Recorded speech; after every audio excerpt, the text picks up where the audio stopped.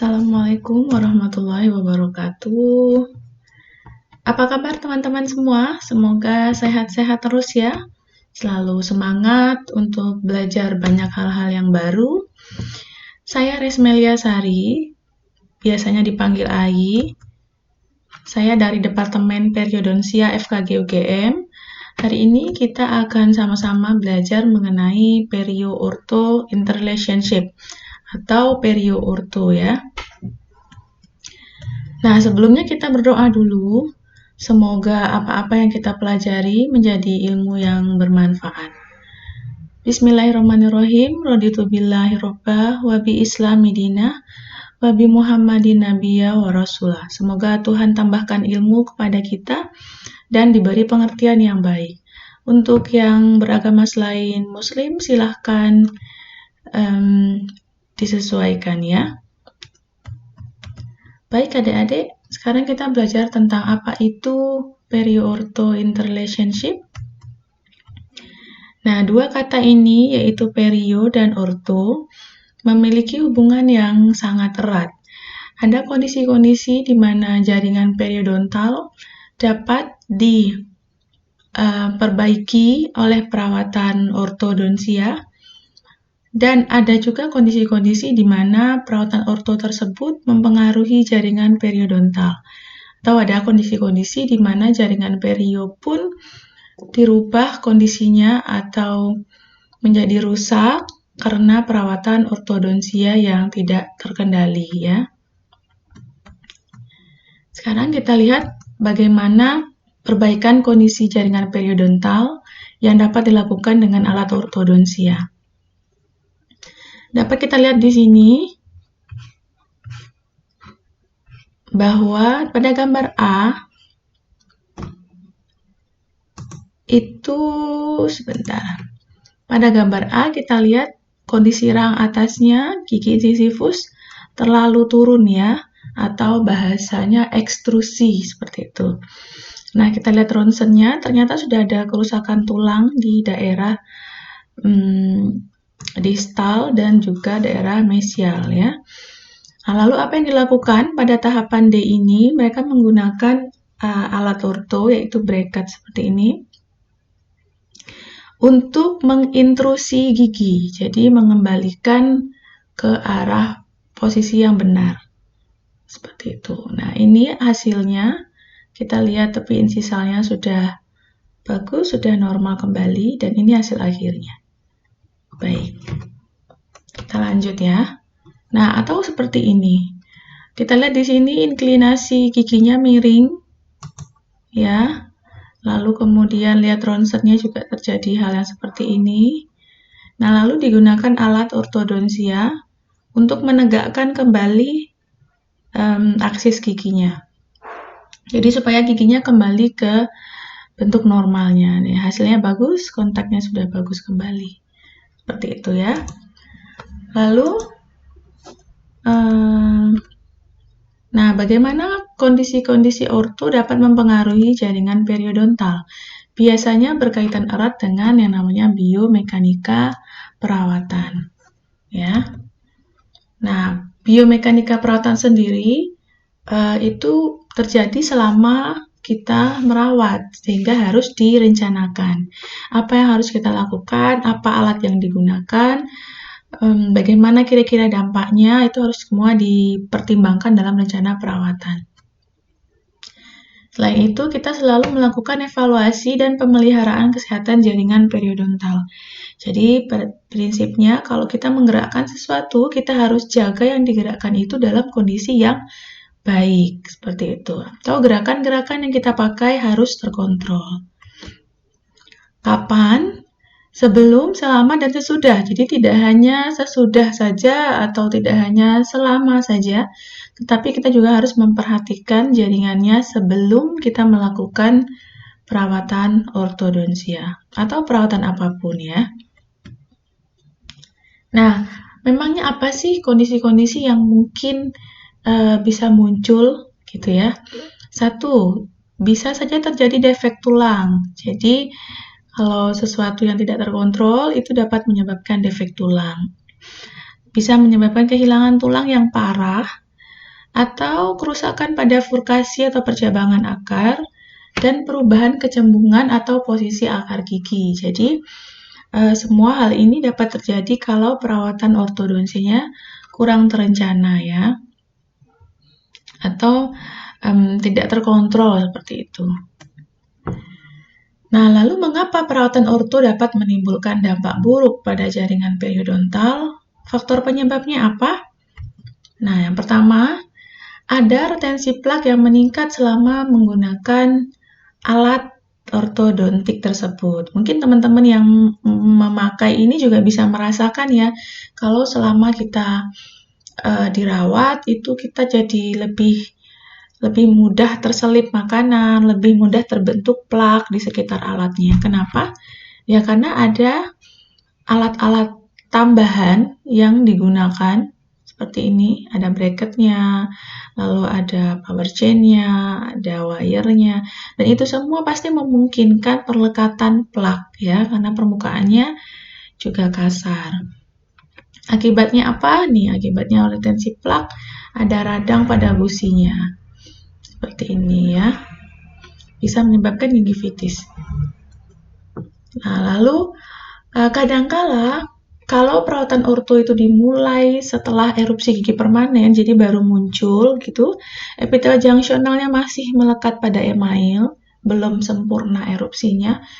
Nah, kadangkala pemasangan band itu menyentuh gingivanya, sehingga menyebabkan trauma. Ya, kadang-kadang dibilangin cuma, alah nggak apa-apa, cuma ditekan sedikit, seperti itu ya. Nah, tapi ini semua dapat menyebabkan gangguan pada perlekatan. Nah, kenapa? Karena dipaksa untuk ke arah apikal. Nah, ini kenapa harus diperhatikan? Karena nanti kalau ini dibiarkan saja, maka perlekatan gingivanya bisa terlepas. Jadi kita harus memperhatikan pemasangan band ya, ataupun bracket. Nah, setelah alatnya ada juga kekuatan tekanan dan kekuatan yang tarikan yang berlebihan. Nah, kalau kekuatan ortodontik itu memberikan tekanan yang berlebihan, itu dapat memicu resorpsi tulang pada area-area yang tertekan. Nah, kalau misalnya terjadi resorpsi tulang, itu derajatnya bisa sedang hingga parah, tergantung pada seberapa besar tekanan yang diberikan. Nah, itu sebabnya diwanti-wanti sekali untuk menghindari kekuatan berlebih saat menggerakkan gigi. Nah, kadang-kadang dokter gigi tergoda kan, pengen memberikan hasil yang wow untuk pasiennya, lalu kemudian pokoknya pakai alat ini, tanpa dihitung seberapa besar kekuatan yang diberikan di situ. Jadi, dapat menyebabkan trauma pada jaringan periodontalnya ya. Kita hindari ini. Ya, kita tidak usah bicara tentang orang-orang yang tidak tahu ilmunya, tidak tahu akibatnya seperti tukang gigi, salon gigi, atau lain-lain. Kita kembali fokus kepada diri kita sendiri yang sudah mempelajari bahwa tekanan berlebihan dapat memicu resorpsi tulang yang sedang hingga parah. Kita ingat-ingat ini untuk menjadi pedoman kita waktu menggerakkan gigi ya. Nah, ini note yang penting.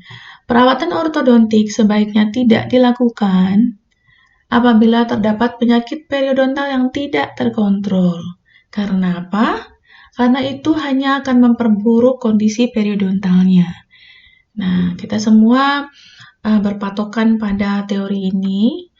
Dan yang teori ini dari dulu sampai sekarang masih berlaku ya teman-teman. Ini tidak dilakukan dalam kondisi yang tidak terkontrol. Itu sebabnya ada perawatan-perawatan tertentu atau ada hal-hal tertentu yang harus kita lakukan sebelum kita memutuskan akan merawat ortodontik ya. Bukan tidak boleh, tetapi semua harus dalam kondisi yang terkontrol ya. Nah, lalu sebenarnya apa yang harus dilakukan sebelum perawatan orto?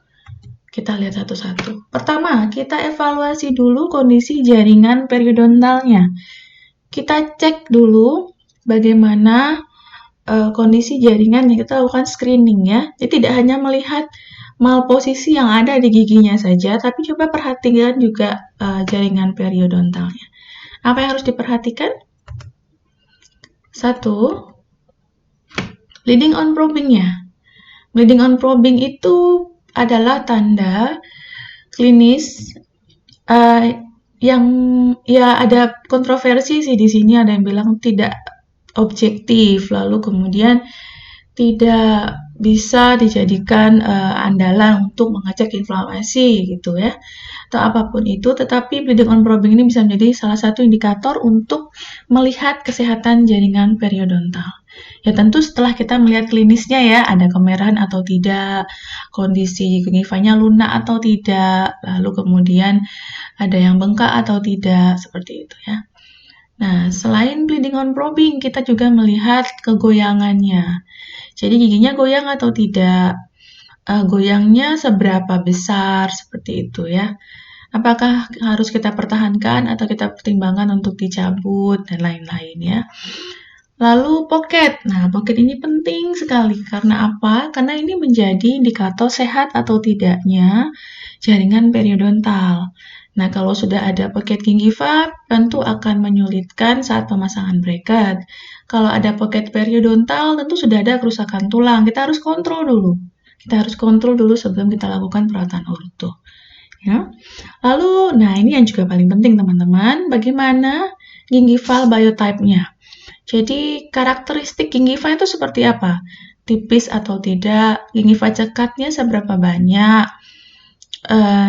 tebalnya seberapa gingivanya, karena semua tentu tahu kalau gingiva cekat itu adalah pertahanan untuk kesehatan jaringan periodontal ya.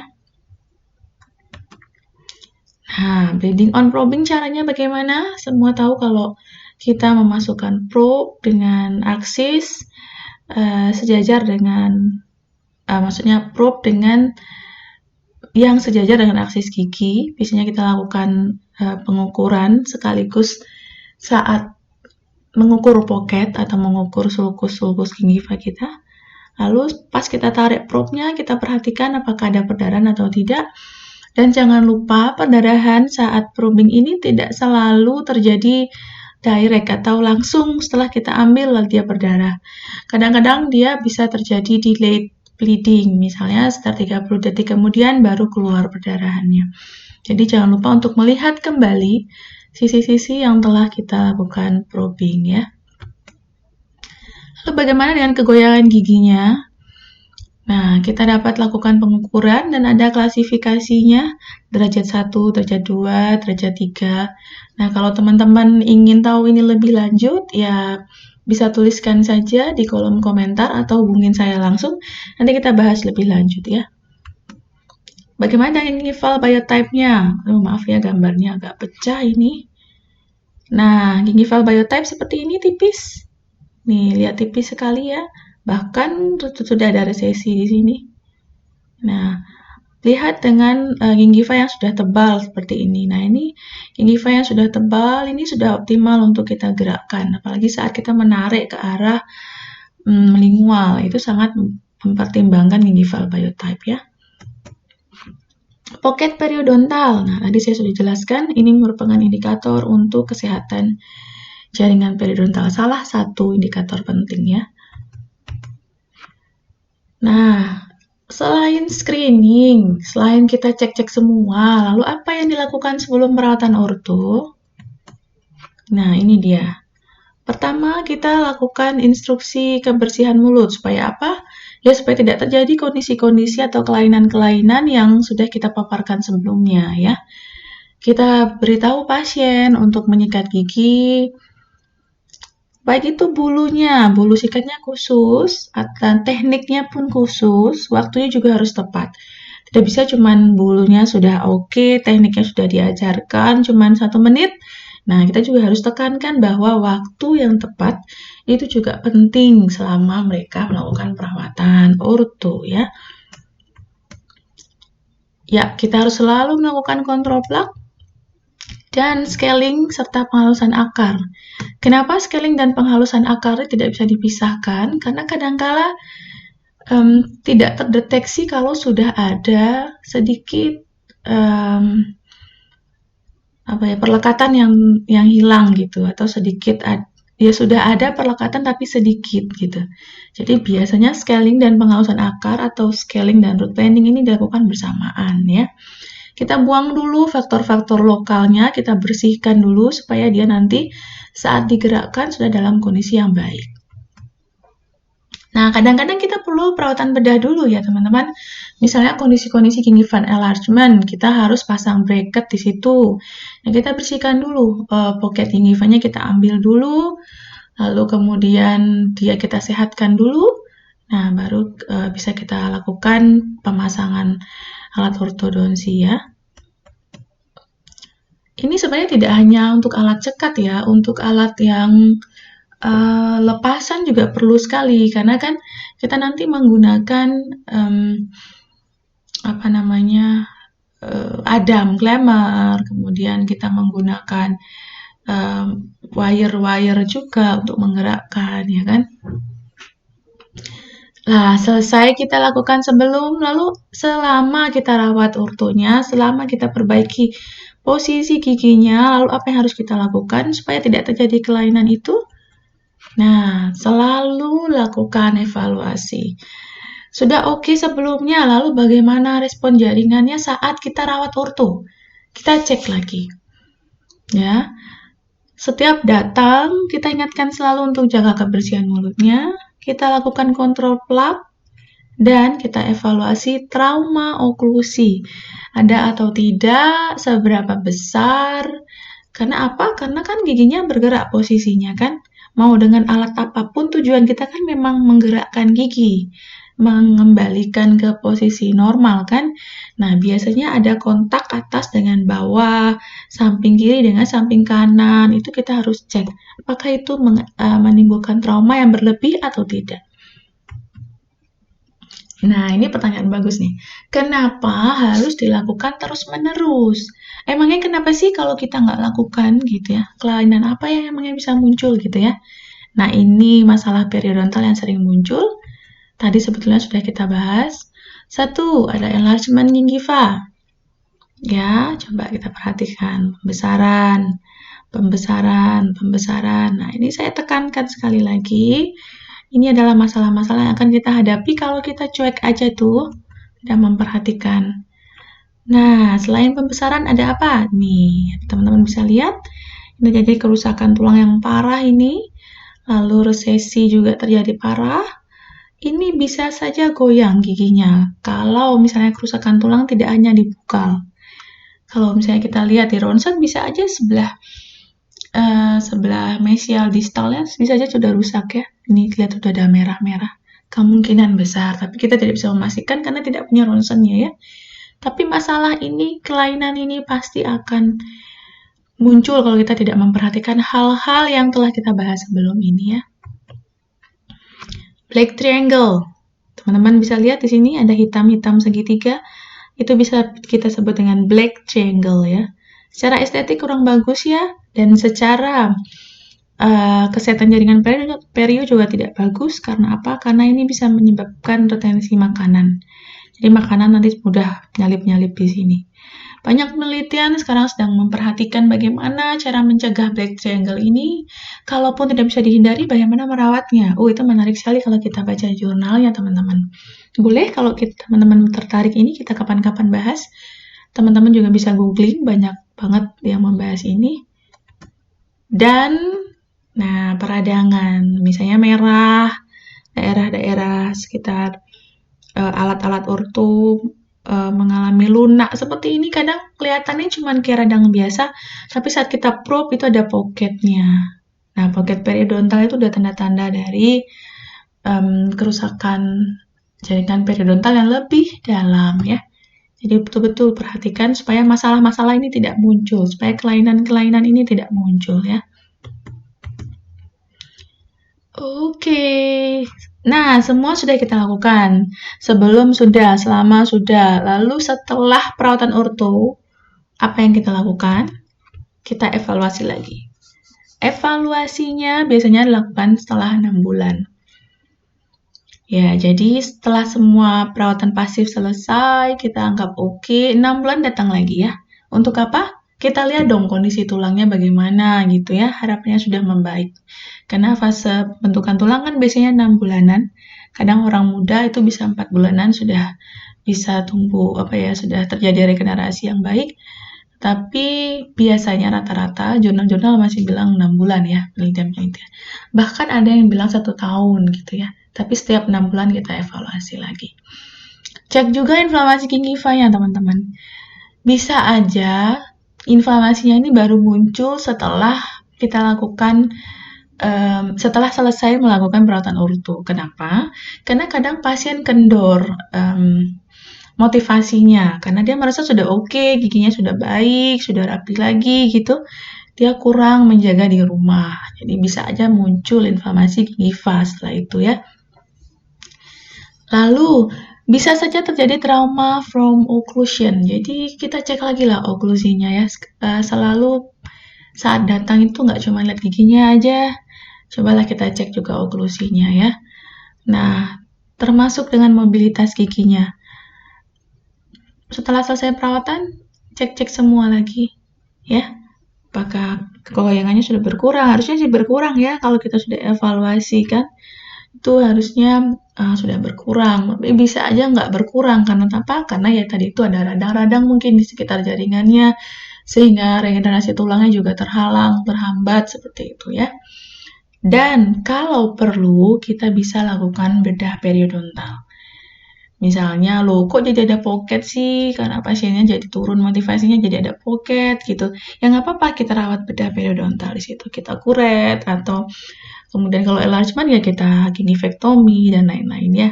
Tekniknya apa? Ya tekniknya menyesuaikan lah ya dengan kondisi yang terjadi gitu. Ini daftar pustaka yang saya gunakan, yang kita bahas di sini. Teman-teman bisa baca lebih lanjut di Newman ini. Sangat banyak sekali ilmu yang belum saya paparkan di sini, tetapi ada di buku ini. Silahkan sama-sama kita baca, teman-teman ya. Nah, kalau ada saran atau ada pertanyaan, bisa langsung menghubungi saya.